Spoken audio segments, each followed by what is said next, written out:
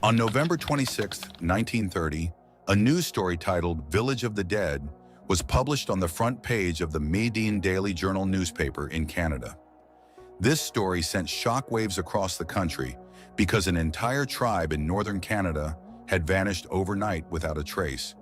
In one of Bugstoy Info videos, the mysterious disappearance is revisited, focusing on the remote area of northern Canada where this incident occurred. Angikuni Lake.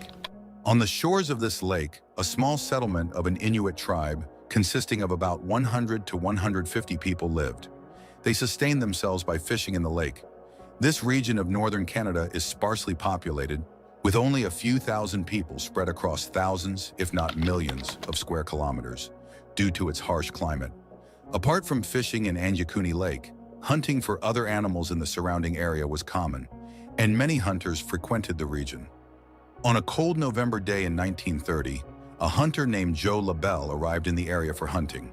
He became so engrossed in his hunt that he didn't realize when darkness fell. He had the idea of spending the night with the Inuit tribe by the lake, as he had done before. The tribe was known for being hospitable to outsiders.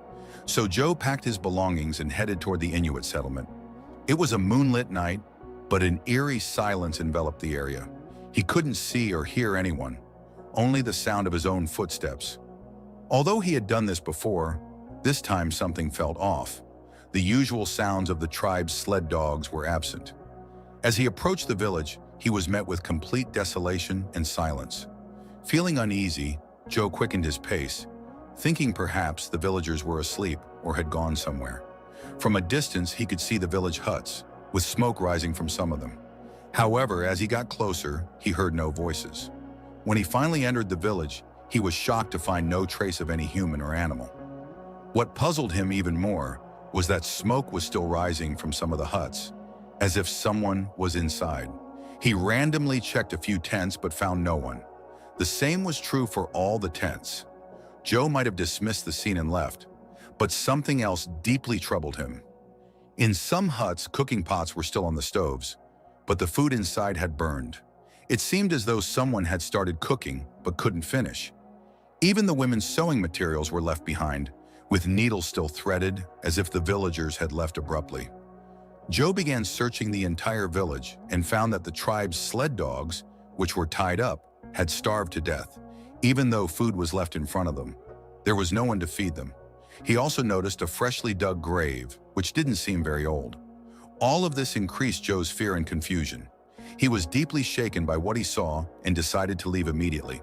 He rushed to the nearest telegraph office and contacted the Royal Canadian Mounted Police, RCMP, reporting what he had witnessed. When the police arrived, they confirmed Joe's account. They initially suspected that the tribe might have been attacked and killed, but there were no signs of bloodshed or struggle.